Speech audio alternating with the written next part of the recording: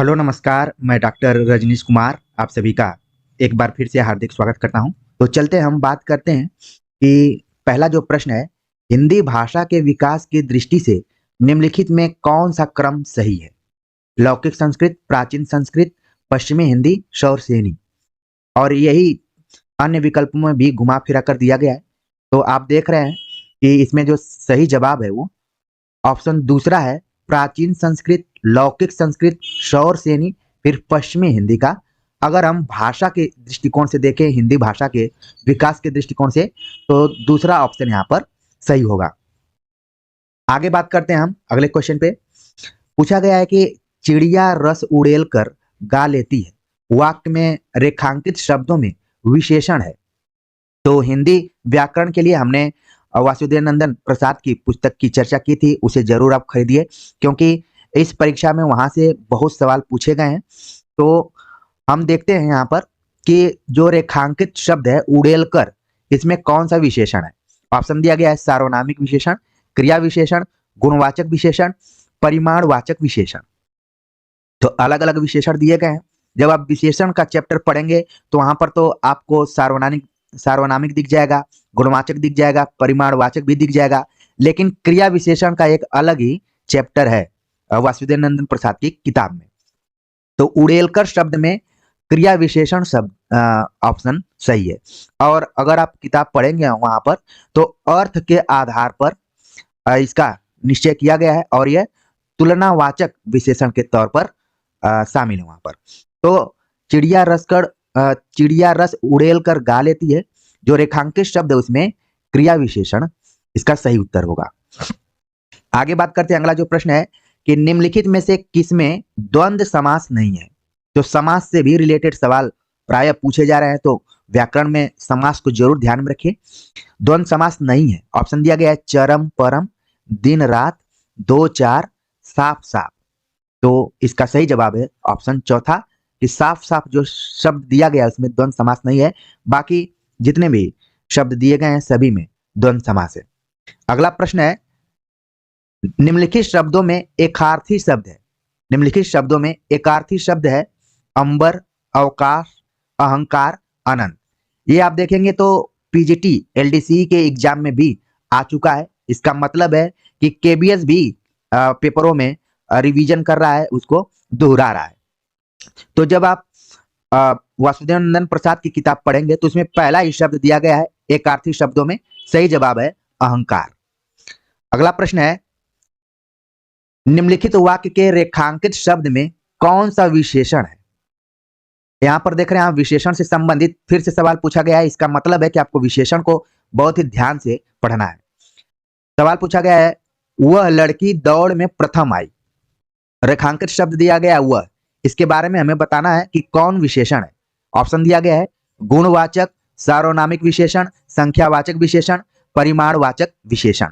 तो इस तरीके से इसका जो यहाँ पर सही जवाब होगा, क्योंकि जो वह शब्द है वो है सार्वनामिक विशेषण, इसका सही जवाब होगा दूसरा ऑप्शन। अगला प्रश्न है, देवनागरी अंकों की दृष्टि से कौन सा युग्म असंगत है? और एक तरफ अंकों का नाम दिया गया, दूसरी तरफ शब्दों में लिखा गया है 303, 303, 686, 888, 529 दिया है, जबकि 538 होता है। तो इस चीज को आपको ध्यान में रखना है। थोड़ा सा यहाँ पर हिंदी में लिखित गिनतियों को भी आपको रिवाइज करके जाना पड़ेगा कि कैसे लिखा जाता है, क्योंकि कई लोग इसको गलत कर सकते हैं। क्योंकि मुझे याद है जब मैं छत्तीसगढ़ में सर्विस करता था तो वहां पर 43, यानी कि हमारे तरफ इसको 43 कहा जाता है, जबकि छत्तीसगढ़ में इसको 43 बोला जाता था, 43। इसी तरीके से 62 को जैसे हम लोग 62 बोलते हैं, 62, और छत्तीसगढ़ में इसको 62 बोला जाता था। तो इसका मतलब है कि गिनतियों को भी अलग अलग क्षेत्रों में अलग अलग ढंग से बोला जाता है। आप लोग भी कमेंट्स कर बता सकते हैं कि 43 और 62 को आपके आसपास में क्या बोला जाता है। लेकिन क्योंकि देवनागरी लिपि को मानकीकरण के तौर से जाना जाता है, वैज्ञानिक लिपि के रूप में जाना जाता है, तो जो एक स्टैंडर्ड बनाया गया है कि हर जगह वही प्रयोग किया जाएगा, उसके अनुसार सवाल यहाँ पर पूछा गया है। आगे हम बात करते हैं, अगला प्रश्न है कि निम्नलिखित वाक्यों में विशेषण पदबंध वाला वाक्य नहीं है। तो नहीं वाले प्रश्नों को बिल्कुल ध्यान में रखिए। विशेषण पद बंध वाला वाक्य नहीं है। ऑप्शन दिया गया है, उस घर के कोने में बैठा हुआ आदमी जासूस है, वह बाजार की ओर आया होगा, बरगद और पीपल की घनी छांव में हमें बहुत सुख मिला, उसका घोड़ा अत्यंत सुंदर, फुर्तीला और आज्ञाकारी है।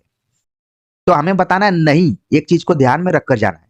सही जवाब हो गया ऑप्शन दूसरा। इसका सही जवाब है कि वह बाजार की ओर आया होगा। इसमें कोई विशेषण यहाँ पर नहीं दिया गया है, बाकी सब जगह दिया गया कि कोने में बैठा है, पीपल की घनी छांव है, अत्यंत सुंदर, फुर्तीला, आज्ञाकारी है। ये सब कहीं ना कहीं विशेषण बताया जा रहा है और इसमें विशेषण नहीं है। तो इस तरीके से दूसरा ऑप्शन इसका सही होगा। अगला प्रश्न है, कोमल गात मृदुल वसंत हरे भरे ये पात उपयुक्त वाक्यांशों में रेखांकित शब्द है। अब आप रेखांकित 3 शब्दों को देख रहे हैं।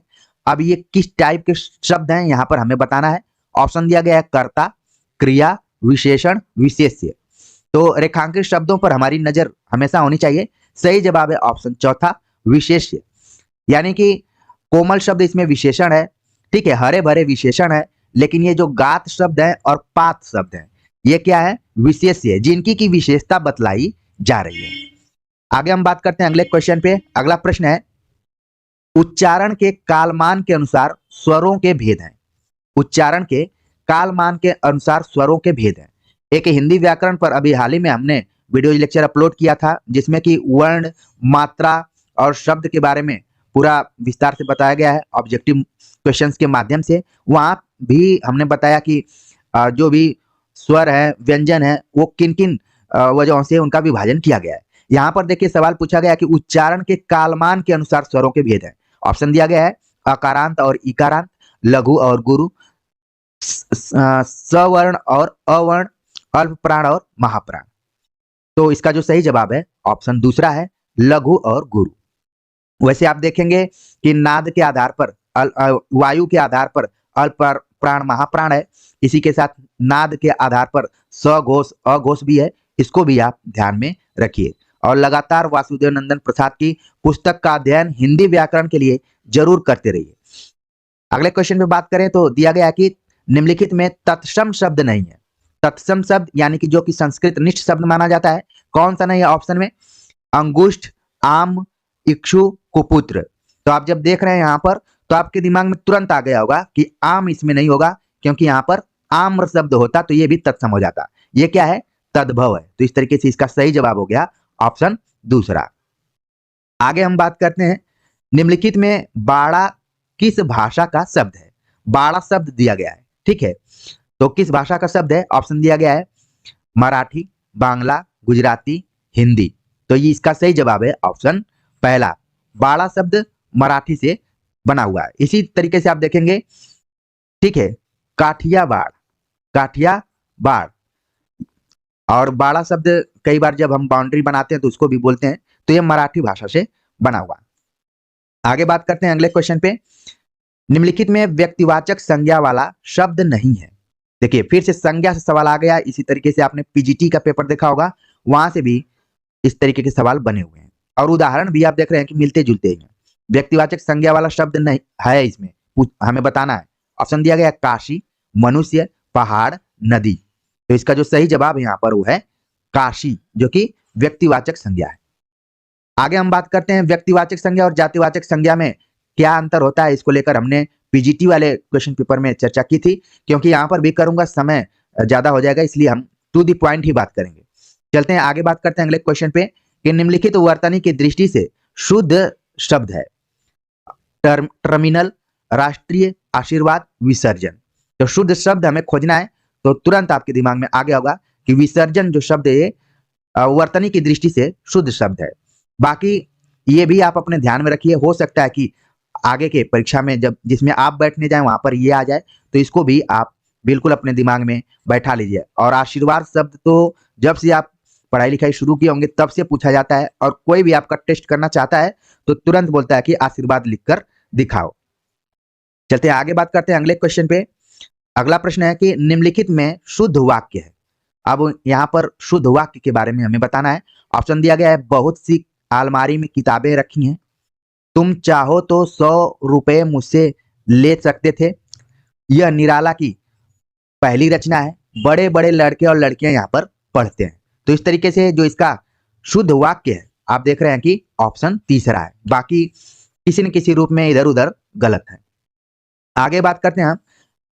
अगला प्रश्न है कि वर्ण और उसके उच्चारण स्थान की दृष्टि से निम्नलिखित में असंगत युग्म है। एक चीज तो आपको ध्यान में रखकर जाना पड़ेगा कि उच्चारण स्थान को आपको परीक्षा से पहले एक बार रिवीजन करके जाना होगा, क्योंकि इससे कई सवाल पूछे जा रहे हैं। वर्ण और उसके उच्चारण स्थान की दृष्टि से असंगत हमें बताना है। ऑप्शन दिया गया है च तालव्य, ड मूर्धन्य, न दंत्य, फ कंठ्य। अच्छा, आप देख रहे हैं कि केबीएस में भी लिखने में कई त्रुटियां आ रही हैं। तालव्य को देखिए आप कैसे लिखा हुआ है, और टीजीटी पीजीटी के प्रश्न पत्र में भी कुछ गलतियां थी। तो कई लोग इसको चैलेंज कर भी सकते हैं कि इस तरीके की असावधानी ठीक नहीं है। तो लेकिन फिर भी आप देखिए यहाँ पर इसका सही जवाब होगा ऑप्शन चौथा। फ को सीधे सीधे कंठ बताया है, जबकि फ क्या है, ओष्ठ से संबंधित है। ठीक है, आगे बात करते हैं अगले क्वेश्चन पे। अगला प्रश्न है कि निम्नलिखित में संधि की दृष्टि से असंगत शब्द युग्म है। तो यहाँ पर असंगत वाले शब्द क्वेश्चन पूछे जा रहे हैं। असंगत शब्द युग्म हमें बताना है, वो भी संधि की दृष्टिकोण से, यानी कि आपको संधि भी ध्यान में रखना पड़ेगा। मैं ये उम्मीद करता हूं अप्रत्याशित कि आप लोग अगर मेरे सामने बैठे रहते तो नोटबुक पर इन सारी चीजों को जरूर लिखते जाते कि मुझे कहाँ कहाँ ध्यान रखना है। और आप लोग बड़े हैं, समझदार हैं, तो लिख रहे होंगे, और अपने लिए पढ़ रहे हैं तो और भी लिख रहे होंगे। चलते हम बात करते हैं यहाँ पर जो ऑप्शन दिया गया है, कुशासन स्वर संधि, अजंत व्यंजन संधि, धनुष टंकार स्वर संधि, निसंदेह विसर्ग संधि। इसमें असंगत कौन सा है?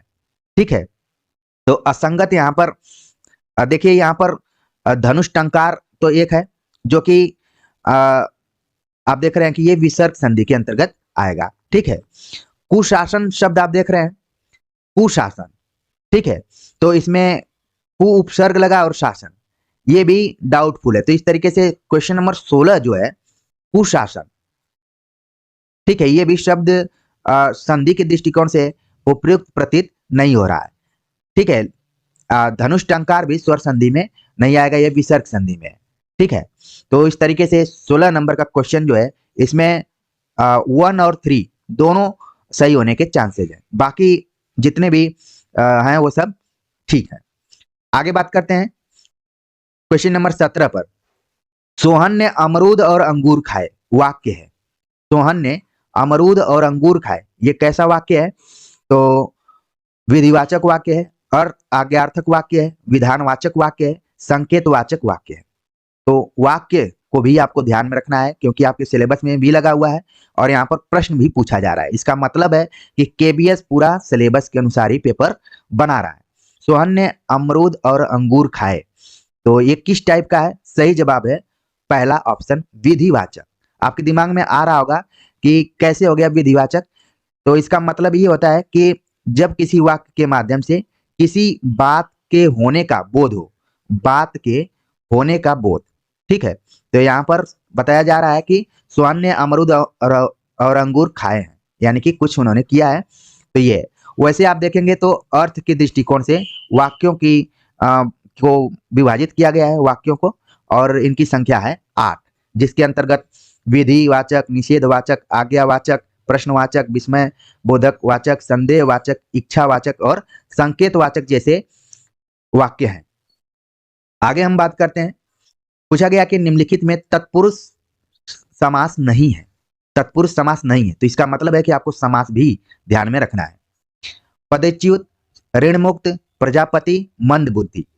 तो तत्पुरुष में जैसा कि आप जानते हैं कि विभक्तियों का लोप होता है, और इसमें उत्तर पद प्रधान होता है। पदच्युत पद से हटाया गया, ऋण से मुक्त किया गया, प्रजापति, तो ये सब क्या हो गया? तत्पुरुष हो गया। हमें बताना है कि नहीं है। सही जवाब होगा मंद बुद्धि, जो कि कर्मधारय समास के अंतर्गत आएगा। आगे हम बात करते हैं अगले क्वेश्चन पे। अगला प्रश्न है कि निम्नलिखित में समास की दृष्टि से सही शब्द युग्म नहीं है। समास एक तरफ दिया गया है, एक तरफ उदाहरण दिया गया। हस्तलिखित सही है, नीलकमल सही है, युद्ध क्षेत्र बहुब्रीहि गलत हो गया, युद्ध का क्षेत्र ये भी तत्पुरुष के अंतर्गत ही आएगा। इसके बाद है यहाँ पर प्रत्येक, जो कि अव्ययी भाव समास है, ये भी सही है। तो इस तरीके से क्वेश्चन नंबर 19 का जो सही जवाब है वो ऑप्शन तीसरा है, क्योंकि हमें नहीं बताना था। आगे बात करते हैं, संज्ञा से विशेषण बनाने की दृष्टि में निम्नलिखित युग्मों में असंगत है। तो संज्ञा से विशेषण बना है और कौन सा गलत है, असंगत है, वो हमें बताना है। नीति से नैतिक, नाटक से नाटकीयता, आदर से आदरणीय, दुख से दुखी। तो यहाँ पर आप देख रहे हैं कि ऑप्शन जो दूसरा है वो असंगत युग्म के अंतर्गत आएगा। आगे बात करते हैं हम। अगला प्रश्न है कि निम्नलिखित में से सुलोचना शब्द में उपसर्ग और प्रत्यय का कौन सा विकल्प सही है। सुलोचना शब्द दिया गया है और इसके पहले भी इसी टाइप से एक क्वेश्चन पूछा गया है पीजीटी में। जब आपने क्वेश्चन को देखा होगा तो वहां पर भी यही आया था, सु उपसर्ग से रिलेटेड क्वेश्चन आया था। सुलोचना में पूछा गया कि उपसर्ग और प्रत्यय क्या है। आप देख रहे हैं कि बदलते हुए पैटर्न में एक ही क्वेश्चन में दोनों पूछ लिए जा रहे हैं। पहले क्या होता था कि अलग अलग पूछा जाता था, किसी में उपसर्ग पूछ दिया गया, किसी में प्रत्यय पूछ दिया गया। सुलोचना में क्या है, सु उपसर्ग और ना प्रत्यय, स्व उपसर्ग और आप प्रत्यय, सु उपसर्ग और आप प्रत्यय, स्व उपसर्ग और ना प्रत्यय, अलग अलग तरीके से विकल्प दिए गए हैं। तो यहाँ पर क्या हो गया, ऑप्शन तीसरा इसका सही जवाब होगा कि सु उपसर्ग और आप प्रत्यय से मिलकर बना है सुलोचना। और इस बार तो सुलोचना पूछ लिया गया, आगे आप ध्यान में रखिए, हो सकता है कि आलोचना भी पूछ ले। अगला प्रश्न है, निम्नलिखित में से उच्चारण के अनुसार स्वरों के भेद हैं। अब उच्चारण के अनुसार स्वरों के भेद पूछे गए। ऑप्शन दिया गया है सानुनासिक और निरानुनासिक, लघु और गुरु, सवर्ण, अवर्ण, अल्प प्राण और महाप्राण। तो अनुसार उच्चारण के अनुसार जो भेद है यहाँ पर, पहला ऑप्शन है सानुनासिक और निरानुनासिक। अगला प्रश्न है, निम्नलिखित में मूल शब्द और उपसर्ग की दृष्टि से कौन सा असंगत है। मूल शब्द और उपसर्ग की दृष्टि से कौन सा असंगत है। अनुचर, अनुरूप, अनुचित, अनुशासन। तो चार ऑप्शन दिए गए हैं, इसमें से कौन सा असंगत है। सही जवाब है ऑप्शन तीसरा, अनुचित। अगला प्रश्न है कि निम्नलिखित मुहावरे लोकोक्तियों में अर्थ की दृष्टि से कौन सा सही नहीं है। अर्थ की दृष्टि से कौन सही नहीं है। ऑप्शन दिया गया है भानुमति का पिटारा, यानी कि पात्र जिसमें आवश्यकता की सभी वस्तुएं हैं। पात्र यहाँ पर वस्तु रखने वाला जो पात्र होता है वो है, कहानी वाला पात्र और नाटक का पात्र नहीं है। भानुमति का पिटारा मतलब पात्र जिसमें आवश्यकता की सभी वस्तुएं हो। धावा बोलना, काम पर जाना, पीठ ठोकना, शाबाशी देना, भाव चढ़ाना, नाराज होना। तो कौन सा सही नहीं है। सही जवाब हो गया धावा बोलने का मतलब एक काम पर जाना नहीं बल्कि इसको हमला करना भी कहा जा सकता है। ठीक है, तो इस तरीके से दूसरा ऑप्शन गलत हो गया। अगला प्रश्न है कि निम्नलिखित में तद्भव शब्द नहीं है। आग, क्षण, अमोल, आशीष। तो तद्भव शब्द यहाँ पर नहीं है, वो हमें बताना, यानी कि हमें बताना है कि तत्सम शब्द कौन सा है। तो आप देख रहे हैं कि आग भी तद्भव है, आशीष भी तद्भव है, अमोल भी तद्भव है। इसका मतलब क्षण जो है वो तत्सम है। देख रहे हैं प्रश्न घुमाकर पूछा गया, इस तरीके से सही जवाब हो गया ऑप्शन दूसरा। कई बार परीक्षाओं में क्वेश्चन पढ़ने में भी दिक्कत हो जाती है, इसलिए आंसर गलत हो जाते हैं। अगला प्रश्न है कि पक्षी पर छीने ऐसे परे पर छीने वीर, तेरी बरछी ने बर छीने हैं खलन के। यहाँ पर आप देख रहे हैं कि रेखांकित कुछ शब्द दिए गए हैं, उनके आधार पर अलंकार पूछा जा रहा है कि इन पंक्तियों में कौन से अलंकार है। अनुप्रास, यमक, श्लेष, उपमा। तो आप देख रहे हैं कि शब्द आए हैं पर छीने और पर छीने, अलग अलग करके आ गए हैं, बर छीने और बर छीने। तो यहाँ पर सही जवाब होगा यमक अलंकार। ठीक है, क्योंकि एक जगह इसका अर्थ है पंख कटे हुए हैं और दूसरी जगह हथियार के रूप में है। ठीक है, तो इस तरीके से यहाँ पर यमक अलंकार शब्द आए हुए हैं दो बार और उनके अर्थ भी एक से अधिक बार हैं। श्लेष को भी ध्यान में रखिए कि शब्द एक ही बार आता है और उसके अर्थ एक से अधिक बार होते हैं। ये दोनों में खास खास अंतर है। आगे बात करते हैं। अगला प्रश्न है कि निम्नलिखित में से किस वाक्य में अकर्मक क्रिया है। अकर्मक क्रिया जिसमें कोई काम नहीं होता हो। ऑप्शन दिया गया है राखी ने सेब खाया, माधवी हंसेगी, वह चाय पी रहा है, कूली सामान लाता है। तो अकर्मक क्रिया क्या है, जैसे हंसना, सोना, ये सब क्या होता है अकर्मक में होता है। सही जवाब होगा ऑप्शन दूसरा। अगला प्रश्न है, निम्नलिखित में पर्यायवाची शब्द की दृष्टि से असंगत है, यानी कि आपको पर्यायवाची शब्द को भी ध्यान में रखना पड़ेगा और बताना है कि असंगत है। तो यहाँ पर जब आप ऑप्शन देख रहे हैं तो स्वर्ण का पर्यायवाची दिया हुआ है सुवर्ण, कनक, हाटक, सही है। सिंह का दिया हुआ है व्याघ्र, केसरी, वाजी। तो यहाँ पर क्या होगा, एक तो गलत दे दिया, वाजी मतलब घोड़ा होता है, बाकी और सब सही है। ठीक है, तो इस तरीके से इसका सही जवाब हो गया ऑप्शन दूसरा। बाकी ऑप्शन को भी ध्यान में रखिए, हो सकता है कि आपकी परीक्षा में इसमें से क्वेश्चन आ जाए क्योंकि रिपीटेशन भी हो रहा है। अगला प्रश्न है कि निम्नलिखित में असंगत युग्म है। असंगत युग्म दिया गया है जो कि भाषा विज्ञान से संबंधित है। यहाँ पर प्रश्न आपको दिख रहा है, बुंदेली पश्चिमी हिंदी में, बघेली पूर्वी हिंदी में, कुमायूनी पहाड़ी हिंदी में, बांगरू दिया है कि राजस्थानी हिंदी में है, जबकि ये गलत है। बांगरू जिसका कि दूसरा नाम हरियाणवी भी है, ये भी पश्चिमी हिंदी के अंतर्गत बोली शामिल है। तो इसको आप अपने दिमाग में रखिए, सही जवाब हो गया ऑप्शन चौथा। अगला प्रश्न है कि निम्नलिखित में सही कथन है, यानी कि शुद्ध दृष्टिकोण से हमें बताना है, भाषा की कोई व्यवस्था नहीं होती, भाषा हर भाषा के अपने नियम नहीं होते, भाषा की सार्थक इकाई वाक्य है, मातृभाषा अपने परिवेश से नहीं सीखी जा सकती, ये भी गलत है। सही कथन क्या हो गया, तीसरा ऑप्शन सही है कि भाषा की सार्थक इकाई वाक्य है। अगला प्रश्न है कि तुम भी वहां से घर जाओ, वाक्य में बलाघात वाला पद है। आप देख रहे हैं कि पीजीटी में भी बलाघात से संबंधित क्वेश्चन आया था और यहाँ पर भी बलाघात से संबंधित प्रश्न आया हुआ है। पूछा गया कि तुम भी वहां से घर जाओ, एक वाक्य दिया गया है बलाघात। जब आप ध्वनि को पढ़ेंगे तो वहां पर खंडेतर ध्वनियों के अंतर्गत बलाघात का प्रयोग किया जाता है वहां पर। ठीक है, खंड और खंडेतर ध्वनियां है, उसमें बलाघात का नाम आता है। अब दिया गया ऑप्शन तुम भी वहां से, तो किस पर जोर दिया गया है, तुम भी पर जोर दिया गया है। बलाघात का मतलब है कि जोर देना किसी भी शब्द पे। सही जवाब हो गया ऑप्शन दूसरा। अगला प्रश्न है कि निम्नलिखित में विलोमार्थी शब्द की दृष्टि से असंगत है। विलोमार्थी शब्द की दृष्टिकोण से असंगत है। ऑप्शन दिया गया है अवनति का उन्नति, ज्योति का प्रकाश, निर्बल का सबल, ध्वंस का निर्माण। तो आप देख रहे हैं कि असंगत हमें बताना है, तो सही जवाब हो गया ऑप्शन दूसरा। बाकी को भी आप अपने परीक्षा के दृष्टिकोण से बिल्कुल ध्यान में रखकर जाइए, क्योंकि ये अवनति उन्नति वाला खूब पूछा जाता है। ठीक है, तो इसका ज्योति का प्रकाश न होकर बल्कि यहाँ पर अंधेरा अंधकार भी हो सकता था। ठीक है, अगर विलोम होता है इसका। तो चलते हम बात करते हैं अगले क्वेश्चन पे। अगला प्रश्न है कि निम्नलिखित में गुण संधि वाला शब्द नहीं है। तो संधि से संबंधित यहाँ पर प्रश्न एक बार फिर आ गया, गुण संधि वाला शब्द नहीं है। ऑप्शन दिया गया है महोदय, महर्षि, मतैक्य, उमेश। तो जब आप गुण संधि पढ़ेंगे तो उसका एक फार्मूला है ही है ए ओ अर। ठीक है, तो जहां पर आपको ए ओ अर दिखेंगे वहां पर गुण संधि हो जाएगा। तो इसका मतलब है कि सही सभी हैं, और मतैक्य क्या हो गया, इसमें गलत हो गया, ये वृद्धि संधि के अंतर्गत आता है। ठीक है, चलते हैं आगे बात करते हैं। अगला प्रश्न है मैया मैं तो चंद्र खिलौना लइहों में अलंकार है। उत्प्रेक्षा, श्लेष, रूपक, अत्योक्ति। तो मैया मैं तो चंद्र खिलौना लइहों में अलंकार कौन सा हो गया यहाँ पर, सही जवाब है इसका रूपक अलंकार।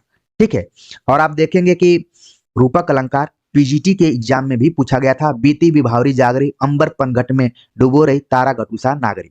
यानी कि आपको रूपक अलंकार विशेष तौर पर इसके उदाहरणों को देखकर जाना है, और नहीं भी जाएंगे तो इस वीडियो लेक्चर को देख रहे होंगे तो तुरंत रूपक लगाएंगे। अगर आपको नहीं आता है तब, अगर आ रहा है तो देख कर लगाना।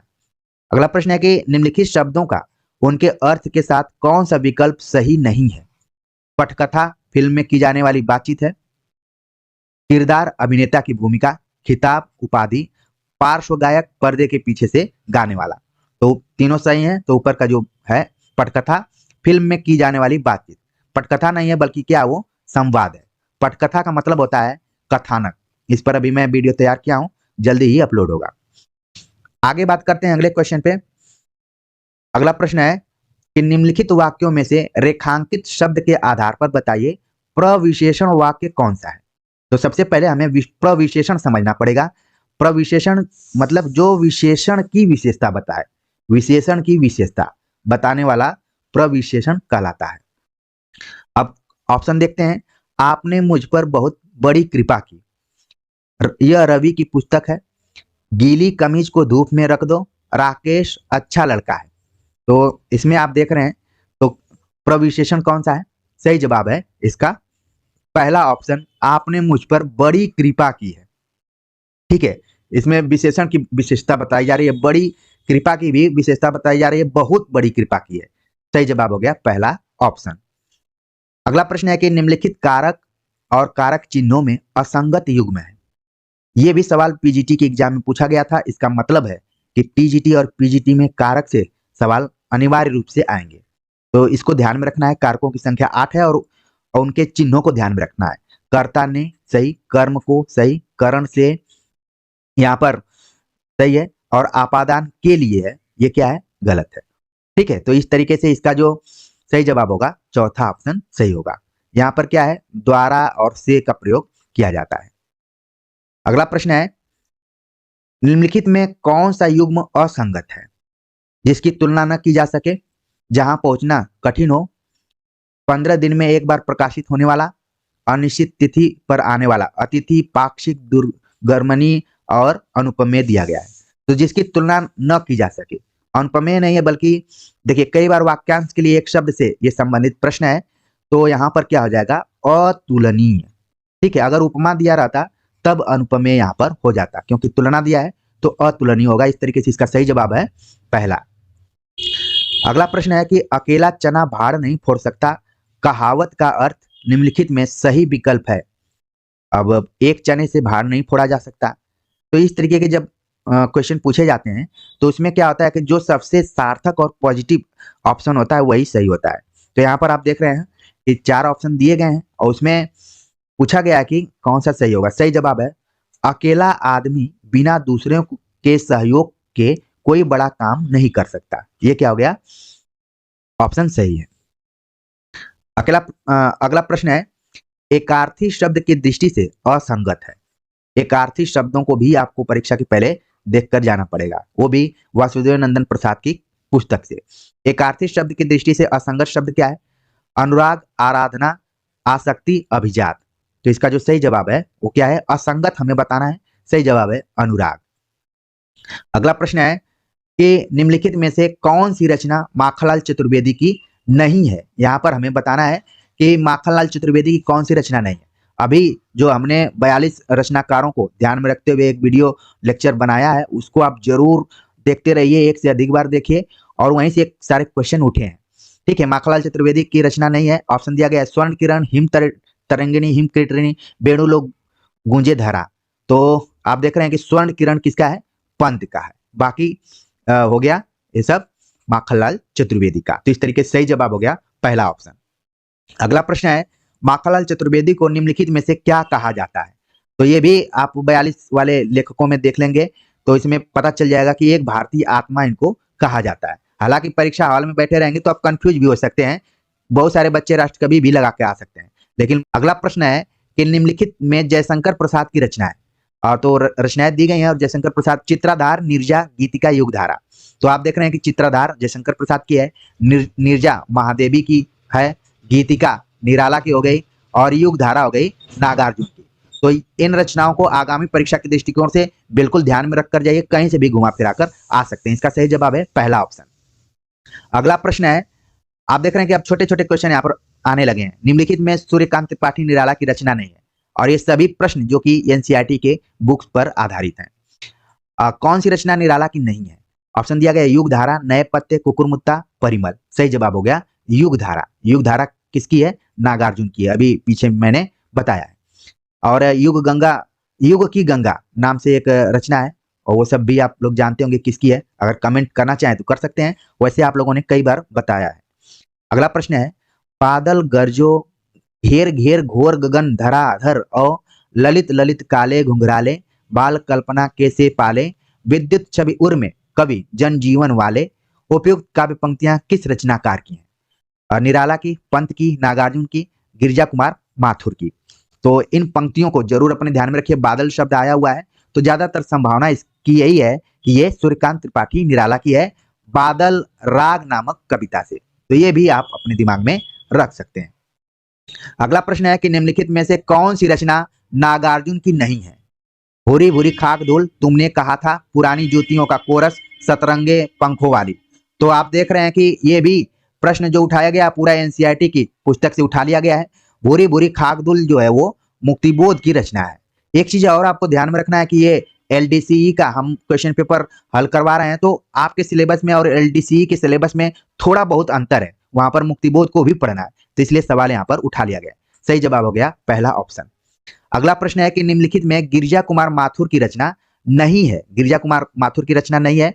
ऑप्शन जो दिया गया है, नाश और निर्माण, मैं मिलिट्री का बूढ़ा घोड़ा, शिलापंख चमकीले, भीतरी नदी की यात्रा। तो आप देख रहे हैं कि इसमें जो दूसरा ऑप्शन है जो कि नागार्जुन की रचना है, और ये क्या हो गया, गलत हो गया इनका, और बाकी जो है सब गिरिजा कुमार माथुर द्वारा लिखी गई है। अगला प्रश्न है कि दुविधा हत साहस है, दिखता है पंथ नहीं, देह सुखी हो पर मन के दुख का अंत नहीं। ये पंक्तियां आप सभी के लिए समर्पित की गई हैं, और आप इसको एक तरीके से प्रेरणा मानकर अपनी पढ़ाई करते रहिए। दुविधा हत साहस है, दिखता है पंथ नहीं। क्यों नहीं दिखता है? आप लोगों के साथ हम लोग लगातार लगे हुए हैं। देह सुखी हो पर मन का दुख का अंत नहीं। आपके पास कितने भी नोट्स हो जा रहे हैं, कितनी भी किताबें पढ़ रहे हैं, लेकिन लग रहा है कि कुछ कुछ छूट रहा है। बार में आप चिल्लाने लग रहे हैं कि पीडीएफ दे दीजिए। पीडीएफ देने से अगर सारी चीजें हल हो जाती तो आज ये लेक्चर की जरूरत नहीं पड़ती। चलिए, यहाँ पर सवाल जो पूछा गया था कि उपयुक्त काव्य पंक्तियां किस रचनाकार की हैं? गिरिजा कुमार माथुर, माखनलाल चतुर्वेदी, भवानी प्रसाद मिश्र, सुमित्रा नंदन पंत। तो इसका जो सही जवाब है यहाँ पर आप देख रहे हैं कि गिरिजा कुमार माथुर इसका सही जवाब है। आगे बात करते हैं। अगला जो प्रश्न है कि फैली खेतों में दूर तलक, मखमल की कोमल हरियाली, लिपटी जिससे रवि की किरणें, चांदी की सी उजली जाली। उपयुक्त काव्य पंक्तियां किस कवि की हैं? तो काव्य पंक्तियों से संबंधित भी यहाँ पर सवाल लगातार पूछे जा रहे हैं, उनको आप ध्यान में रखिए। तो ऑप्शन दिया गया सुमित्रा नंदन पंत, सर्वश्री दयाल सक्सेना, चंद्रकांत देवताले, केदारनाथ अग्रवाल। तो यहाँ पर जो इसका सही जवाब है वो पंत का है, सुमित्रा नंदन पंत। अगला प्रश्न है कि निम्नलिखित में मन्नू भंडारी की रचना नहीं है। मन्नू भंडारी की रचना कौन सी नहीं है? बतूता का जूता, एक प्लेट सैलाब, यहाँ पर देखिए सैलाब लिख दिया, एक कहानी यह भी, यह थी है कि भी है, ये भी देखिए, क्योंकि इस टाइप से आप पढ़कर जाएंगे तो इंटरव्यू में हो सकता है फंस जाए। त्रिशंकु भी देखिए गलत ही लिखा है, तो ये देखकर बड़ा दुख हो रहा है। अगर आप हिंदी के विद्यार्थी हैं और मात्रात्मक त्रुटियां, अगर मेरा उच्चारण थोड़ा सा गलत हो जाता है तो बहुत सारे विद्यार्थी हैं जो कि परेशान होने लगते हैं। लेकिन यहाँ पर आप देख रहे हैं कि क्वेश्चन ही पूरा, इसको तो चाहे तो आप क्लेम कर सकते हैं हटाने के लिए भी। खैर, हम देखते हैं मनु भंडारी की रचना नहीं है, तो यहाँ पर सही जवाब है ऑप्शन पहला, बतूता का जूता। ये किसके द्वारा लिखा गया है? ये बल्कि लिखा गया है सक्सेना द्वारा, यानी कि जो सर्वश्री दयाल सक्सेना है, और ये बाल साहित्य के अंतर्गत भी आता है। अगला जो प्रश्न है कि निम्नलिखित में सर्वश्री दयाल सक्सेना का कविता संग्रह नहीं है। तो एक चीज आप देखिए, इस गुरु मंत्र को ध्यान में रखिए, जब केबीएस पेपर बना रहा है तो एक दूसरे प्रश्न से कुछ न कुछ मिलता जुलता रहा है, ठीक है, चाहे विकल्प में मिले चाहे प्रश्न में मिले। अभी सर्वश्री दयाल सक्सेना ऊपर के क्वेश्चन के आंसर में थे, अब प्रश्न पूछ दिया यहीं से। तो कौन सी कविता संग्रह नहीं है? सीढ़ियों पर धूप में, कुआनो नदी, जंगल का दर्द, काठ की घंटिया। तो आप देख रहे हैं कि नीचे के फिर तीनों ऑप्शन सही हो गए, और जो पहला ऑप्शन है वो क्या है? गलत है।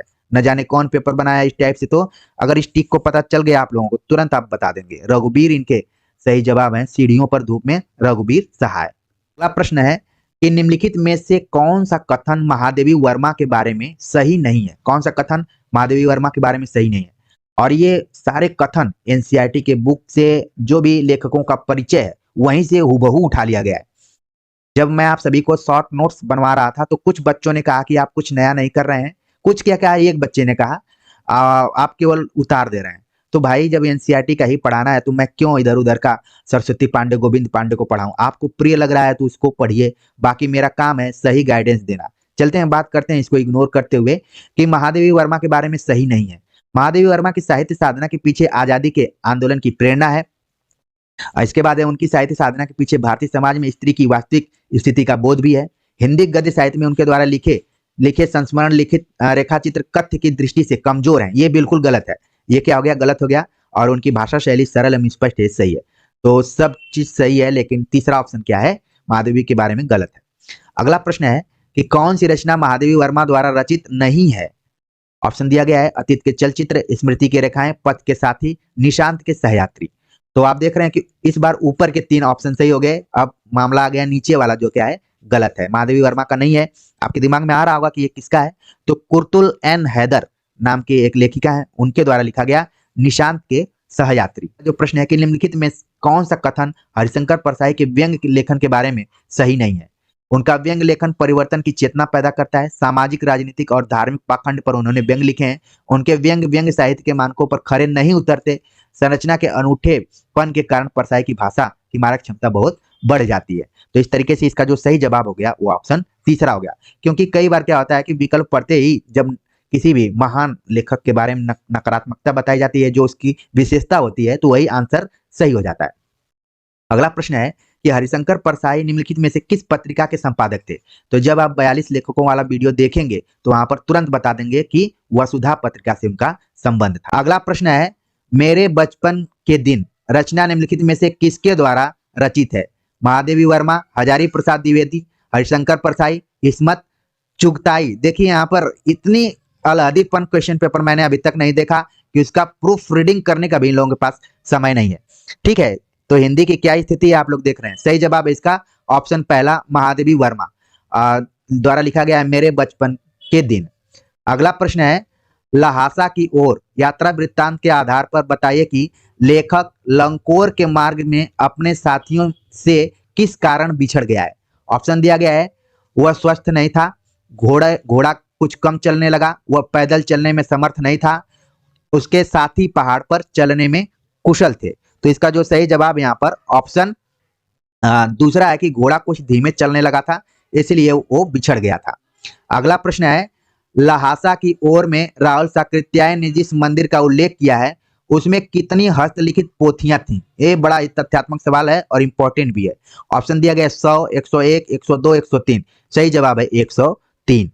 अगला प्रश्न है यहाँ पर कि राहुल साकृत्यायन निम्नलिखित में से किस विधा में रचना करने के लिए प्रसिद्ध नहीं है। ऑप्शन दिया गया उपन्यास, कहानी, कविता, यात्रा वृत्तांत।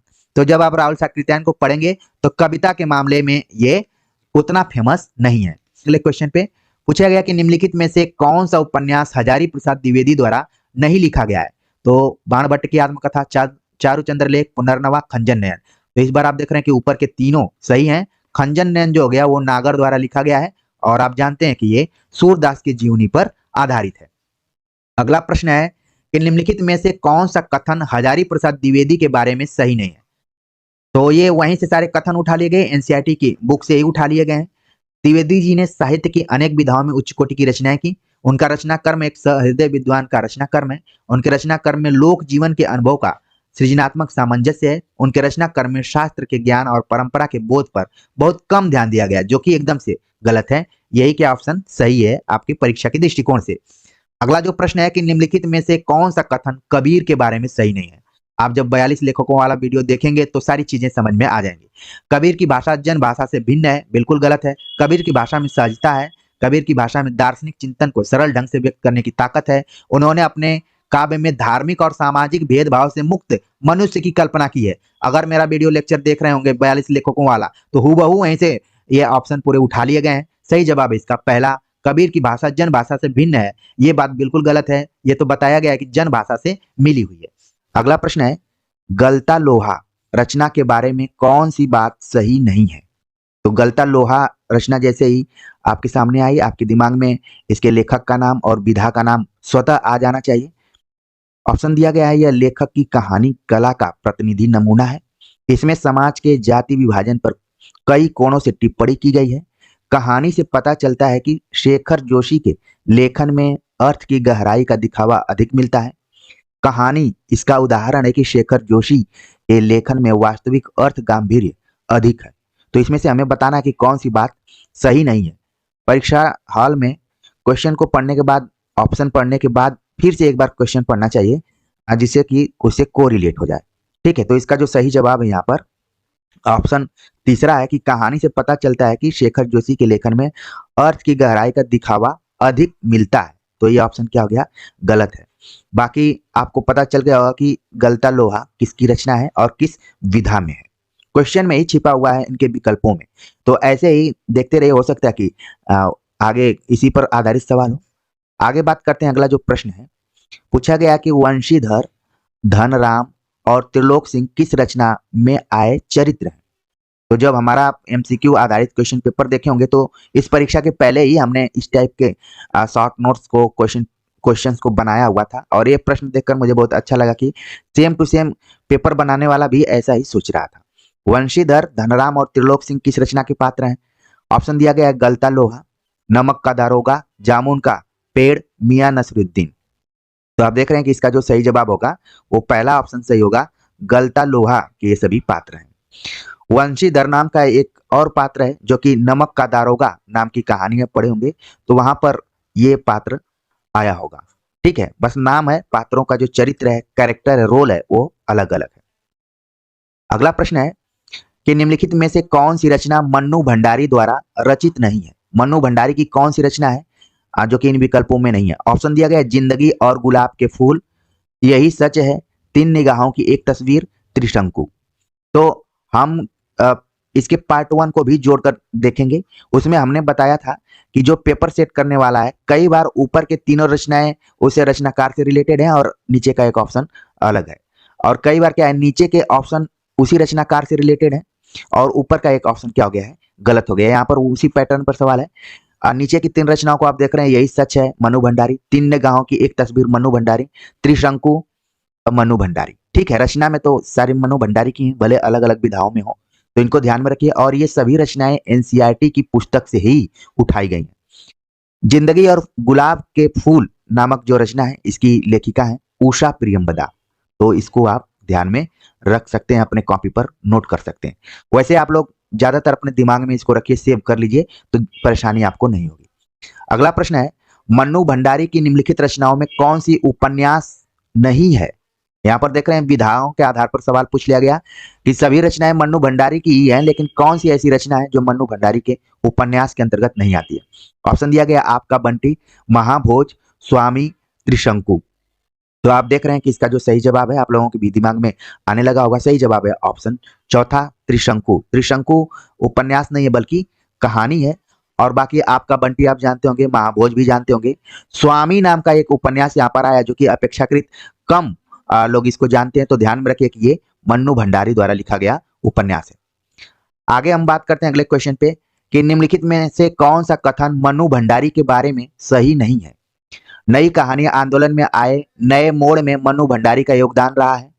मन्नू भंडारी ने आक्रोश, व्यंग्य और संवेदना को मनोवैज्ञानिक रचनात्मक आधार दिया है। मन्नू भंडारी ने पटकथाएं नहीं लिखी हैं। उनकी कहानियों में कहीं पारिवारिक जीवन, कहीं नारी जीवन और कहीं समाज के विभिन्न वर्गों के जीवन विसंगति या विशेष आत्मीय अंदाज में अभिव्यक्त हुई है। तो कौन सी बात है जो कि मन्नू भंडारी के संदर्भ में सही नहीं है? तो इसको आप देख रहे हैं, तो इसका जो सही जवाब है ऑप्शन तीसरा है। लिखा गया कि मन्नू भंडारी ने पटकथाएं नहीं लिखी हैं, लेकिन जैसे ही एनसीईआरटी की किताब में आप इनके इंट्रोडक्शन के बारे में पढ़ेंगे, परिचय के बारे में पढ़ेंगे, तो वहां पर बताया गया है कि इन्होंने पटकथाएं भी लिखी हैं सिनेमा जगत में। खासतौर से इनकी एक पटकथा है रजनी, जिस पर फिल्म भी बनी है, रजनीगंधा, रजनी नाम से पटकथा लिखी गई है। तो मन्नू भंडारी का संबंध पटकथा लेखन से भी है। अब पटकथा लेखन क्या होता है, इस पर भी हमने वीडियो बनाया हुआ है, आप जाकर समय निकाल कर जरूर देखिए।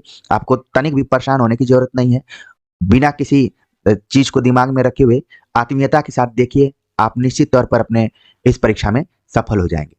अगला प्रश्न है यहाँ पर कि निम्नलिखित में कृष्णचंद्र का उपन्यास नहीं है। कृष्णचंद्र का कौन सा उपन्यास नहीं है? ऑप्शन दिया गया है मेरी यादों के किनारे, एक वायलिन समंदर के किनारे, जब खेत जागे, एक गिरजा एक खंदक।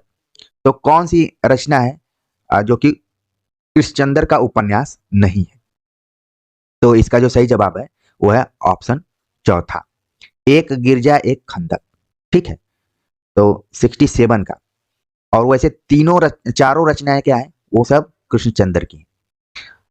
अगला प्रश्न है, जामुन का पेड़ रचना से संबंधित कौन सा कथन सही नहीं है? जामुन का पेड़, जैसे ही मैं नाम ले रहा हूं, आपके दिमाग में तुरंत आ गया होगा कि ये कृष्णचंद्र द्वारा लिखा गया है। अगर आप यूजीसी नेट की तैयारी कर रहे होंगे तो भी वहां भी इसको पढ़ना है, और केबीएस में भी देख रहे हैं कि प्रश्न आ रहा है। जामुन का पेड़ कृष्णचंद्र की प्रसिद्ध हास्य व्यंग रचना है। हास्य व्यंग में चीजों को अनुपात के अनुसार रखने की परिपाटी रही है। विश्वसनीयता ऐसी रचनाओं के मूल्यांकन की कसौटी नहीं हो सकती। रचना में बताया गया है कि कार्यालयी तौर तरीकों में पाए जाने वाला विस्तार कितना निरर्थक है। तो जामुन का पेड़ अगर आपने पढ़ा होगा तो इसकी विषय वस्तु आपके दिमाग में पूरी आ गई होगी। तो इसका जो सही जवाब है यहाँ पर कि ऑप्शन दूसरा, हास्य व्यंग में चीजों को अनुपात के अनुसार रखने की परिपाटी रही है।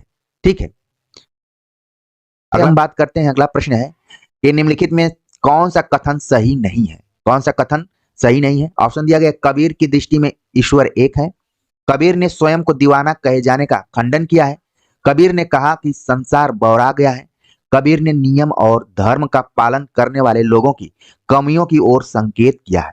तो चार ऑप्शन दिए गए हैं और चारों ऑप्शन कबीर से संबंधित है और हमें बताना है कि कौन सा कथन सही नहीं है। सही जवाब है इसका, कबीर ने स्वयं को दीवाना कहे जाने का खंडन किया। ये ऑप्शन क्या है? गलत है। बाकी ईश्वर एक है, संसार बौरा गया है और सारी चीजें जो दी गई हैं कि नियम और धर्म का पालन करने वाले लोगों की कमियों की ओर संकेत किया है। अगला प्रश्न है कि निम्नलिखित में से कौन सा कथन सैयद हैदर रजा के बारे में सही नहीं है? ऑप्शन दिया गया है, उन्होंने आधुनिक भारतीय कला को अंतर्राष्ट्रीय स्तर पर प्रतिष्ठित किया, हुसैन सबसे ज्यादा घुमक्कड़ रहे लेकिन उनका केंद्र भारत रहा, रजा की कला में पश्चिमी कला दृष्टियों का अभाव है, रजा ठेठ रूप से भारतीय कलाकार थे। तो इसका जो सही जवाब है यहाँ पर कि रजा की कला में पश्चिमी कला दृष्टियों का अभाव है।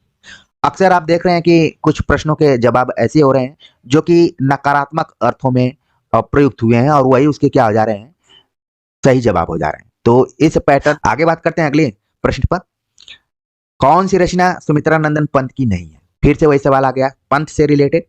आप इसके पहले भी देख रहे हैं कि ऑप्शन में भी पंत से कुछ कुछ जुड़ा हुआ था, तो इसका मतलब है कि पेपर बनाने वाला ने एक बुक खोली है और लगातार उसी से पेपर बना रहा है। कौन सी रचना नहीं है? वीणा, ग्रंथि, पल्लव, पथिक। तो सही जवाब हो गया ऑप्शन चौथा, पथिक जो रचना है वो आप जान रहे हैं कि राम नरेश त्रिपाठी की है। तो ऊपर एक त्रिपाठी जी से सवाल यहाँ पर पूछ लिया गया था और यहाँ ऑप्शन में उनको रख दिया गया। सही जवाब है ऑप्शन चौथा। अगला प्रश्न है कि निम्नलिखित में भवानी प्रसाद मिश्र की रचना नहीं है। ऑप्शन दिया गया है, भवानी प्रसाद मिश्र की रचना नहीं है, पूछा गया है युगवाणी, गीत फरोश, थकित है दुख, इदम नमम। ठीक है, तो तुरंत आपके दिमाग में आ गया होगा कि पहला ऑप्शन इसमें क्या है, पंत द्वारा है लिखी गई रचना है युगवाणी। तो इसका मतलब है कि ये तीनों नीचे ऑप्शन सही है, पहला ऑप्शन क्या हो गया, गलत हो गया। पैटर्न आप देख रहे हैं, वही पैटर्न लगातार ऊपर के या 3 सही हो रहे हैं या नीचे के 3 सही हो रहे हैं। जो बच्चे सीरियसली इस पेपर को देख रहे होंगे, मेरी बातों को सुन रहे होंगे और निश्चित तौर पर नई दृष्टि और पेपर के पैटर्न को समझ रहे होंगे। अगला प्रश्न है कि निम्नलिखित में कवि त्रिलोचन की रचना नहीं है। त्रिलोचन की रचना कौन सी नहीं है? ऑप्शन दिया गया ब्रह्म राक्षस, जीने की कला, मुक्तिबोध की कविताएं, काव्य और अर्थबोध। जो भी विद्यार्थी पैटर्न को समझ गया होगा तुरंत इसका सही जवाब यहाँ पर बता दिया कि ब्रह्म राक्षस, तो अभी तक हम मुक्तिबोध को ही पढ़ते आ रहे थे। ठीक है, तो ये हो गया मुक्तिबोध। अगला प्रश्न है, आज पानी गिर रहा है, बहुत पानी गिर रहा है, रात भर गिरता रहा है, प्राण मन घिरता रहा है। प्रस्तुत काव्य पंक्तियां किस कवि की हैं? तो जिन लोगों ने शॉर्ट नोट्स वाले वीडियोज को देखे होंगे वो तुरंत इसका आंसर बता देंगे कि ये भवानी प्रसाद मिश्र का है। भवानी प्रसाद मिश्र इस कविता को लिख रहे हैं, इन पंक्तियां को उन्होंने ही लिखा है। तो सही जवाब हो गया पहला। ऑप्शन में दिया गया था त्रिलोचन पाश निर्मला पुतुल, तो जवाब हो गया भवानी प्रसाद मिश्र। अगला प्रश्न है, निम्नलिखित में असंगत युग्म है। फिर से वही सवाल आ गया असंगत वाला, तो ध्यान में रखना, अपनी नोटबुक पर नोट कर लीजिएगा, इस बार ज्यादातर असंगत युग्म वाले ही सवाल आ रहे हैं।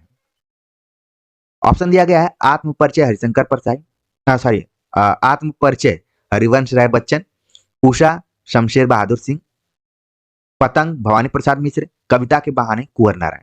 चारों ऑप्शन को बड़ा ही आपको अच्छे से देखना है ताकि आगामी परीक्षाओं के दृष्टिकोण से आप इसको आराम से आप हल कर पाए, किसी तरीके से घुमा कर आए। पतंग नाम की जो कविता है वो आलोक धनवा द्वारा लिखी गई, ठीक है, भवानी प्रसाद मिश्र की नहीं है, तो इसको ध्यान में रखें। बाकी ऊपर के चारों ऑप्शन को भी ध्यान में रखें। सही जवाब इसका तीसरा ऑप्शन है। अगला प्रश्न है कि निम्नलिखित में असंगत युग्म है। भक्तिन, मीराबाई, बाजार दर्शन जैनेन्द्र, नमक, रजिया सज्जाद जहीर, शिरीष के फूल हजारी प्रसाद द्विवेदी। तो आप देख रहे हैं कि पहला ही ऑप्शन क्या हो गया, असंगत हो गया। भक्तिन मीराबाई नहीं द्वारा लिखी गई है बल्कि महादेवी वर्मा द्वारा लिखी गई है। अच्छा, मीराबाई यहाँ पर क्यों आ गया? क्योंकि महादेवी को आधुनिक युग का मीरा भी कहा जाता है, इसलिए पेपर बनाने वाले को लगा होगा कि कई बच्चे जो सुबह में 4 बजे उठते हैं और उनकी नींद नहीं खुली रहती है, तो उनको लगता है कि मैंने कहीं पढ़ा था मीराबाई, मैंने कहीं पढ़ा था। तो इस तरीके से इसका हो जाए। हालाँकि बहुत कम विद्यार्थी होंगे जो इसको गलत करेंगे, बस ध्यान रखने की बात है। बाकी नीचे को भी आप ध्यान में रखिए, बाजार दर्शन, जैनेंद्र, नमक, रजिया, सज्जाद जहीर, शिरीष के फूल, हजारी प्रसाद द्विवेदी। ये सारे इंपॉर्टेंट ऑप्शन है। सही जवाब था पहला ऑप्शन। अगला प्रश्न है, मैं जगजीवन का भार लिए फिरता हूं, फिर भी जीवन में प्यार लिए फिरता हूं, कविता की उपयुक्त पंक्तियों के रचनाकार हैं। जो भी ये दो पंक्तियां दी गई हैं, इसके रचनाकार कौन है? ऑप्शन दिया गया है शमशेर बहादुर सिंह, हरिवंश राय बच्चन, कुंवर नारायण, त्रिलोचन। तो इस क्वेश्चन को जब आप देख रहे होंगे, आपके दिमाग में तुरंत इसका सही जवाब आने लगा होगा कि इसको तो हमने हरिवंश राय बच्चन के कविता के तौर पर पढ़ा है। सही जवाब है ऑप्शन दूसरा। अगला प्रश्न है कि सबसे तेज बौछारे गई सावन गया, सवेरा हुआ खरगोश की आंखों जैसा लाल सवेरा हो, उपयुक्त पंक्तियों के रचनाकार हैं शमशेर बहादुर सिंह, आलोक धनवा, कुंवर नारायण, रघुवीर सहाय। तो आपके दिमाग में तुरंत इसका सही जवाब आने लगा होगा। सही जवाब है ऑप्शन तीसरा, कुंवर नारायण। अगला प्रश्न है कि निम्नलिखित में से कुंवर नारायण का, देखिए इसका जो सही जवाब हो रहा है और नीचे कुंवर नारायण से रिलेटेड ही क्वेश्चन भी आ गया। तो जैसे मान लीजिए आप एग्जाम में बैठे हुए हैं और आपको नहीं आ रही है पंक्ति, तो अपने नीचे वाले क्वेश्चन को भी देखिए, हो सकता है, क्योंकि यही तो है, हर एक चीज पढ़कर नहीं आप सॉल्व कर सकते हैं, कुछ तो आपको आईक्यू लेवल लगाना पड़ेगा। और जो भी बच्चे मेरे पीडीएफ को लेकर या फिर इस चीज को लेकर हमेशा परेशान रहते हैं, तो क्या वो सब ये सारी चीजें पीडीएफ में आपको बताई जा सकती हैं? आप लोगों के पास एक ही चीज रहता है कि हमारे पास समय नहीं है। अरे भाई, हम 1-2 महीना से आप लोगों को लगातार पढ़ा रहे हैं। अगर आप कदम से कदम मिलाएंगे तो समय क्या, सब कुछ आपके हाथ में होगा। अगर आप चाहेंगे कि आप 2 दिन में ही केबीएस की तैयारी कर लें, तो भी तो अन्याय है। भले आप यूट्यूब चैनल पर बहुत लोगों का देखते होंगे कि 10 दिन में इस परीक्षा को निकालिए, 5 दिन में इस परीक्षा को निकालिए। आप अपने मन से पूछिए, क्या यह संभव है किसी भी परीक्षा को 5 से 10 दिन निकालने में? ये एक भ्रम है। तो क्योंकि मेरा काम है भ्रम से आपको बाहर निकालना, आपको कम से कम किसी भी परीक्षा की तैयारी करना है तो 3 से 4 महीने तो पढ़ना ही पड़ेगा, भले कोई कितना भी बोले। क्योंकि कई बार विद्यार्थियों को लगता है कि वो तैयारी तो लंबे समय से करते हैं, लेकिन स्पीड पकड़ते हैं 15 दिनों का, तो वही उनके 15 दिन ही याद रहते हैं। और जब कोई सफल होता है तो आप जानते हैं कि वो अपनी चीजों को भूलने लगता है और वाहवाही लूटने की कोशिश करता है। तो प्लीज आप लोग चीजों पर ध्यान दीजिए। खैर, हम क्वेश्चन पे चलते हैं। बीच में थोड़ा सा मुझे लगा कि आप लोगों को जरूर सचेत करना चाहिए। निम्नलिखित में से कुंवर नारायण का कविता संग्रह नहीं है। ऑप्शन दिया गया है चक्रव्यूह, परिवेश, हम तुम, अपने सामने, भूरी भूरी खाक धूल। तो जैसे ही आपने देखा कि ऑप्शन चौथा है भूरी भूरी खाक धूल, ये तुरंत किसका हो गया? मुक्तिबोध का। ठीक है, तो इसका सही जवाब हो गया ऑप्शन चौथा। अगला प्रश्न है, बात सीधी थी पर एक बार भाषा के चक्कर में जरा टेढ़ी फंस गई। प्रस्तुत कविता की पंक्तियां किस कवि की? और आप ध्यान दीजिए, एक बार मैंने एक वीडियो लेक्चर डाला था सैंपल पेपर के दृष्टिकोण से कि इस तरीके का पेपर आ सकता है, उसमें भी ये प्रश्न आया हुआ था, बात सीधी थी पर एक बार भाषा के चक्कर में जरा टेढ़ी फंस गई। किसकी पंक्तियां हैं? तुरंत आपके दिमाग में इसका जवाब आने लगा होगा। सही जवाब है ऑप्शन चौथा, कुंवर नारायण। ऑप्शन दिया गया था नागार्जुन, त्रिलोचन, शमशेर बहादुर सिंह, कुंवर नारायण। ठीक है, तो सही जवाब हो गया ऑप्शन चौथा। अगला प्रश्न है कि निम्नलिखित में से दूसरा तार सप्तक के कवियों में शामिल है।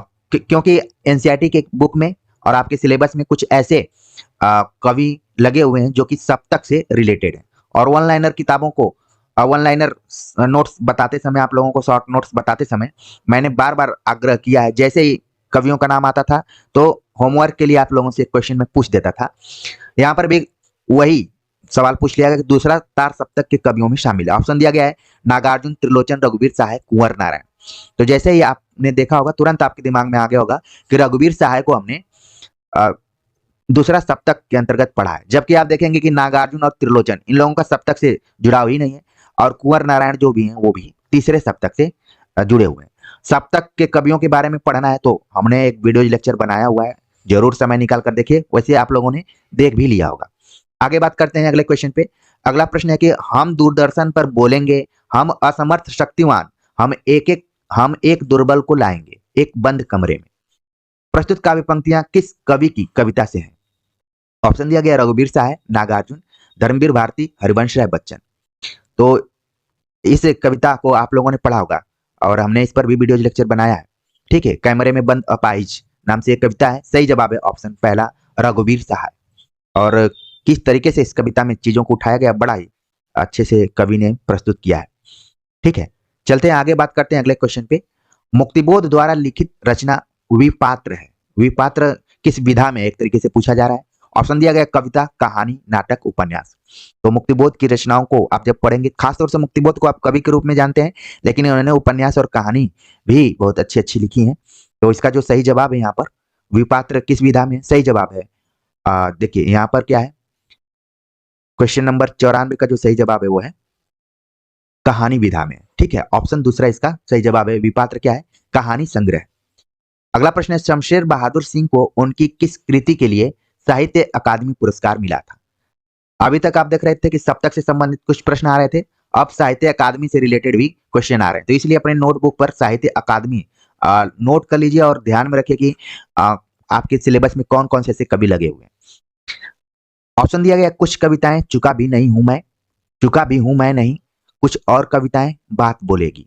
तो सारी कविताएं तो शमशेर बहादुर सिंह की हैं, लेकिन साहित्य अकादमी उनको मिला ऑप्शन नंबर जो दूसरा है उसके ऊपर, यानी कि चुका भी हूं मैं नहीं। अगला प्रश्न है कि निम्नलिखित में से कौन सी कृति सूर्यकांत त्रिपाठी निराला की नहीं है। निराला की कौन सी कृति है जो नहीं है। ऑप्शन दिया गया, अनामिका, परिमल, गीतिका, झरना। पैटर्न देखिए, ऊपर से तीनों सही हैं जो कि निराला की हैं, और झरना क्या हो गया, गलत हो गया, ये जयशंकर प्रसाद का। ठीक है, तो इसको आप लोग ध्यान में रख लिए होंगे और बहुत ही इजी प्रश्न था। अगला प्रश्न है, अशनिपात से शामित उन्नत शत शत वीर, क्षत विक्षत हत अचल शरीर, गगन स्पर्शी स्पर्धा धीर। वह के पंक्तियां किस रचनाकार की रचना, मतलब पंक्तियां हैं। ठीक है, तो इन पंक्तियों को आप देख रहे होंगे। ऑप्शन दिया गया है, सुमित्रा नंदन पंत, जयशंकर प्रसाद, सूर्यकांत त्रिपाठी निराला, महादेवी वर्मा। तो देखने से आपको लग रहा है तुरंत कि ये निराला की पंक्ति है। सही जवाब है ऑप्शन तीसरा। और किस ये कविता से ली गई है, बादल राग से।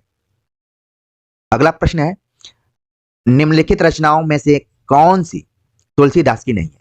तुलसीदास की कौन सी रचना नहीं है, तो आपको ध्यान रखना है, गीतावली, दोहावली, रामाज्ञा प्रश्न, रामचंद्रिका। तो वही पैटर्न है, ऊपर के तीन देखिए सही हो गए लगातार, और चौथा ऑप्शन क्या हो गया, गलत हो गया। इस तरीके से सही जवाब है चौथा।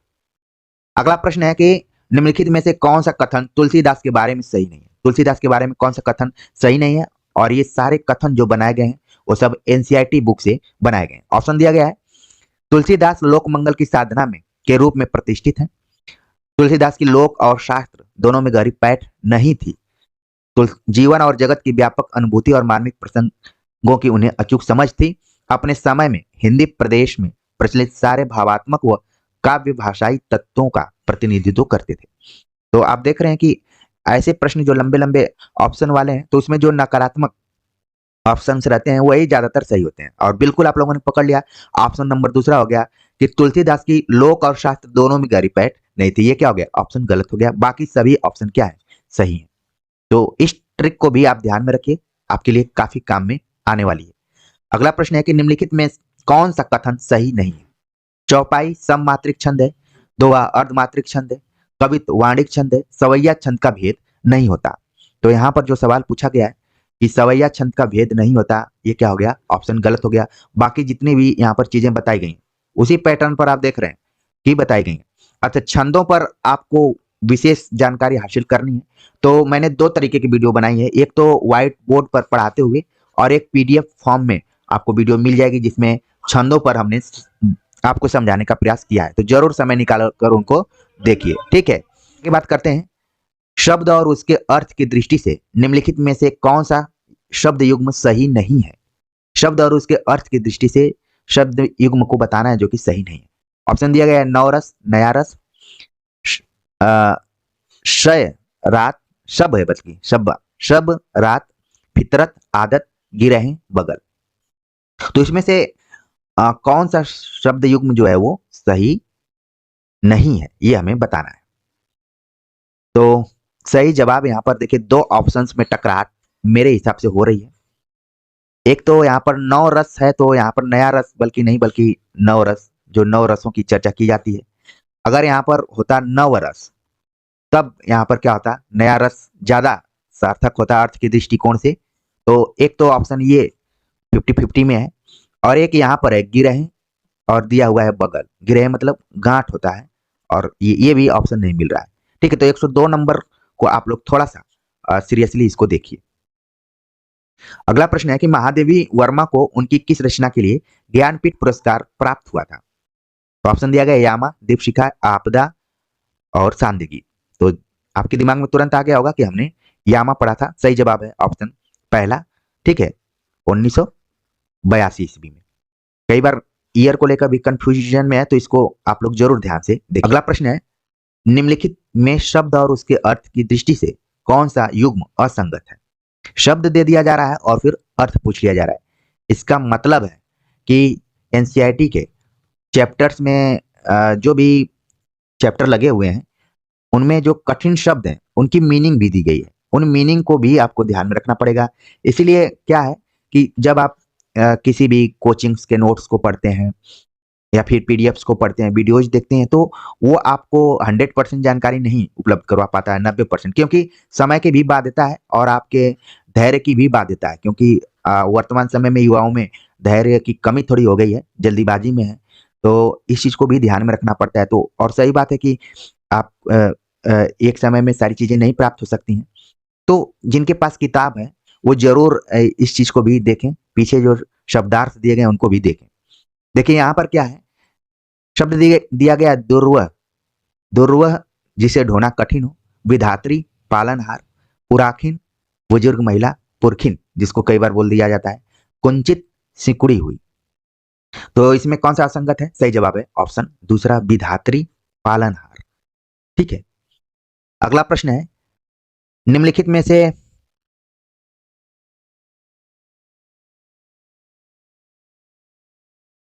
निम्नलिखित संस्मरणों में कौन सा, क्वेश्चन नंबर, एक मिनट,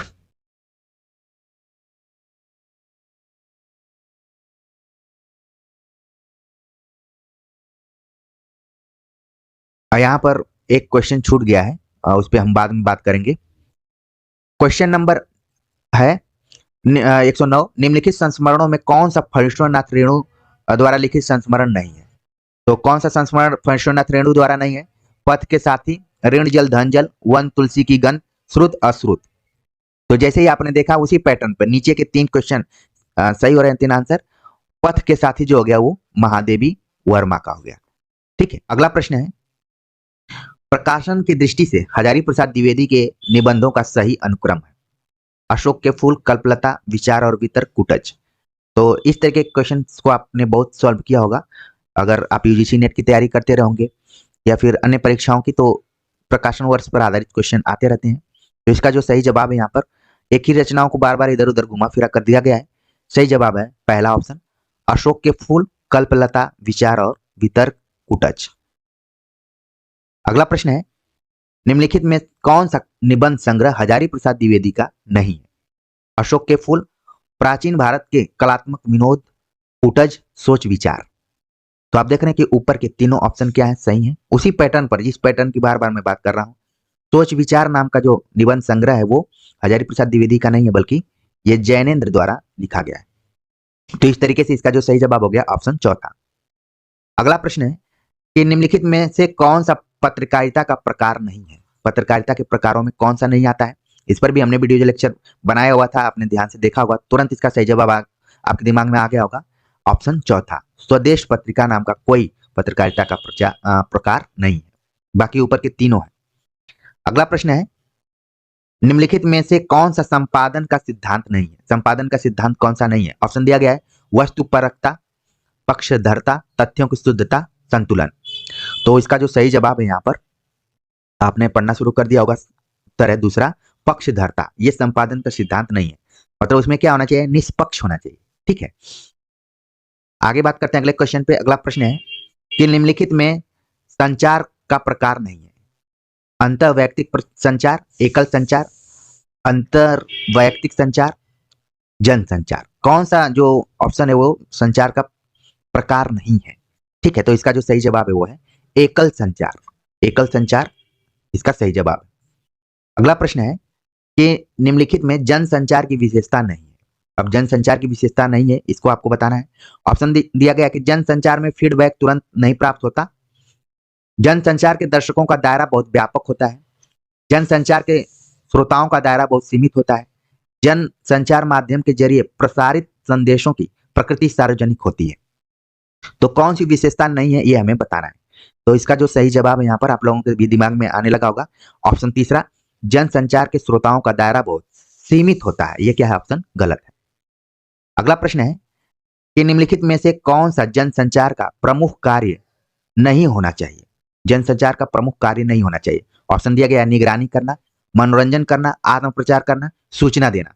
तो जनसंचार का कौन सा काम नहीं होना चाहिए, प्रमुख कार्य नहीं होना चाहिए? सही जवाब है इसका, अगर आदर्शवादी ढंग से देखें, सैद्धांतिक ढंग से देखें, तो इसका सही जवाब है ऑप्शन तीसरा, आत्म प्रचार करना।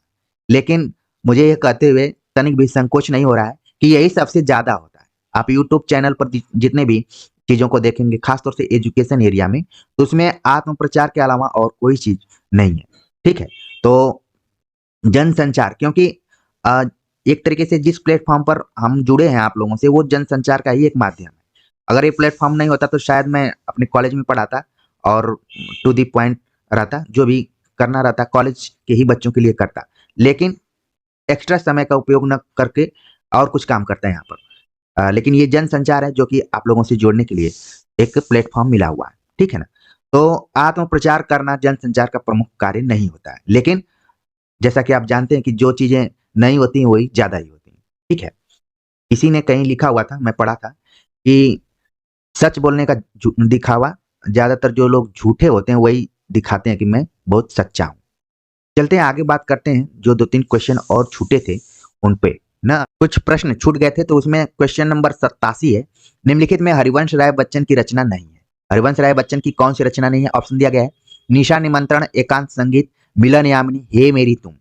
तो चारों ऑप्शन देखने के बाद उसी पैटर्न पर आपके दिमाग में तुरंत आ गया होगा, हे मेरी तुम नाम की जो रचना है वो किसकी है? केदारनाथ अग्रवाल की। ठीक है, तो इसको आप ध्यान में रख सकते हैं, केदारनाथ अग्रवाल, हे मेरी तुम। बाकी ऊपर की तीनों रचनाएं हरिवंश राय बच्चन की हैं। अगला प्रश्न है कि निम्नलिखित में से कौन सी कहानी फणीश्वरनाथ रेणु की नहीं है? कौन सी कहानी फणीश्वरनाथ रेणु की नहीं है? ऑप्शन दिया गया है, तीसरी कसम, रसप्रिया, ठेस, मित्र मिलन। तो यहाँ पर क्या हो गया? सही जवाब है ऑप्शन चौथा। वो उसी पैटर्न पर आप देख रहे हैं, उसी पैटर्न पर आप देख रहे हैं कि ऊपर की 3 रचनाएं जो हैं फणीश्वरनाथ रेणु की हैं, कहानी है, बल्कि इसको ध्यान में रखिए। और मित्र मिलन नाम की जो कहानी है वो किसकी है? अमरकांत की है। अमरकांत की कहानी है मित्र मिलन। अगला प्रश्न है, धर्मवीर भारती की निम्नलिखित रचनाओं में से कौन सा कविता संग्रह नहीं है? कनुप्रिया, कोई दूसरा नहीं, सातगीत वर्ष, और एक और रचना इनकी थी जो कि कट गई यहाँ पर। लेकिन इसका जो सही जवाब है, आपके दिमाग में तुरंत आ गया होगा कि कोई दूसरा नहीं नामक जो हमने रचना पढ़ी। पूछा गया है कि प्रेमचंद के संदर्भ में कौन सा कथन सही नहीं है? प्रेमचंद हिंदी कथा साहित्य के शिखर पुरुष माने जाते हैं, सही है। प्रेमचंद के बचपन का नाम गणपत राय था, जो कि क्या है? गलत है, धर्मपत राय था बल्कि। ठीक है, उसको गणपत कर दिया यहाँ पर। प्रेमचंद अंग्रेजी में एमए करना चाहते थे, जिक्र किया गया है। अगला प्रश्न है, कहानी के बारे में निम्नलिखित में से कौन सा कथन सही नहीं है? कहानी के बारे में कौन सा कथन सही नहीं है? अभी हाल ही में मैंने बनाया था कि कैसे लिखें कहानी, तो उसमें पूरा इसमें बातचीत किया गया है। कहानी का विकास द्वंद्व के कारण होता है। ठीक है, कहानी का मुख्य आधार पात्र होते हैं, मुख्य कथानक से ही उपकथानक जन्म लेते हैं। कथानक कहानी के मुख्य तत्वों में शामिल नहीं है। देखिए यहाँ पर सब कुछ कथानक ही है और इसको बोल रहा है कि शामिल नहीं है, तो इस तरीके से सही गलत हो गया ये, यानी कि यही सही नहीं है, बाकी क्या है? सब सही है। चौथा ऑप्शन क्या है? इसका सही जवाब होगा। अगला प्रश्न है, निम्नलिखित में कौन सी बात संवाद के बारे में सही नहीं है? संवाद के बारे में कौन सी बात सही नहीं है? संवाद कहानी को आगे बढ़ाते हैं, संवाद के माध्यम से पात्रों का चरित्र चित्रण होता है, संवाद वातावरण बनाने में सहायक नहीं होते हैं, संवाद कथा के द्वंद्व को आगे बढ़ाते हैं।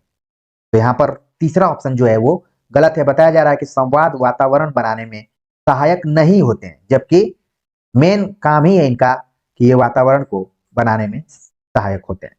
बाकी जितने भी चीजें आप बिल्कुल ध्यान में रखेंगे, इसलिए मैं आपसे विशेष आग्रह और करबद्ध निवेदन करता हूं कि जो कुछ वीडियो लेक्चर मैंने अपने चैनल पर डाला हुआ है उसको अपना मानकर देखते रहिए।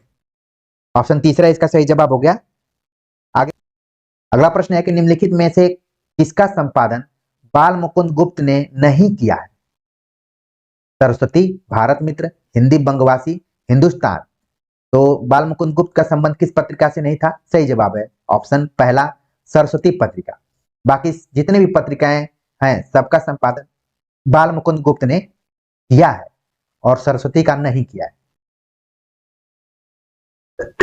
अगला प्रश्न है निम्नलिखित में कौन सा कथन विदाई संभाषण के संदर्भ में सही नहीं है?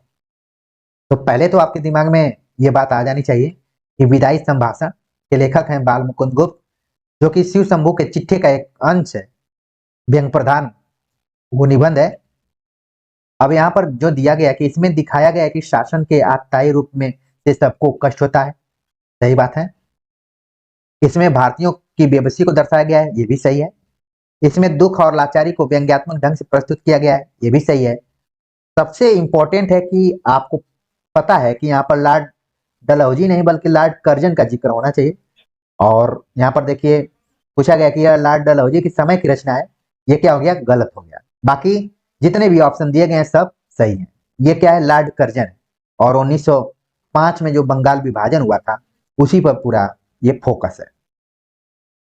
अगला प्रश्न है कि निम्नलिखित में कौन सा सूचनाओं का प्रामाणिक स्रोत नहीं है? तो आप देख रहे हैं कि अभिव्यक्ति और माध्यम से यहाँ पर सवाल पूछा गया। सूचनाओं का प्रामाणिक स्रोत नहीं है। ऑप्शन दिया गया है मंत्रालय के सूत्र, प्रेस कॉन्फ्रेंस और विज्ञप्तियां, इंटरनेट और दूसरे संचार माध्यम, चौपाल। तो प्रामाणिक स्रोत क्या है? चौपाल नहीं है। यहाँ पर आपस में लोग बैठते हैं, बातचीत करते हैं। बाकी जितने भी यहाँ पर स्रोत दिए गए हैं सब प्रामाणिक स्रोत के अंतर्गत आते हैं। अगला प्रश्न है निम्नलिखित में से कौन सी रचना कृष्णचंद्र की नहीं है? शिकस्त, जरगांव की रानी, निशांत के सहयात्री, अन्नदाता। तो यहां पर जो सही जवाब होगा कि कृष्णचंद्र का कौन सा नहीं है, सही जवाब हो गया निशांत के सहयात्री। ये कृष्णचंद्र की रचना नहीं है। ये वही कृष्णचंद्र हैं जिन्होंने जामुन का पेड़ व्यंग्यात्मक निबंध लिखा हुआ।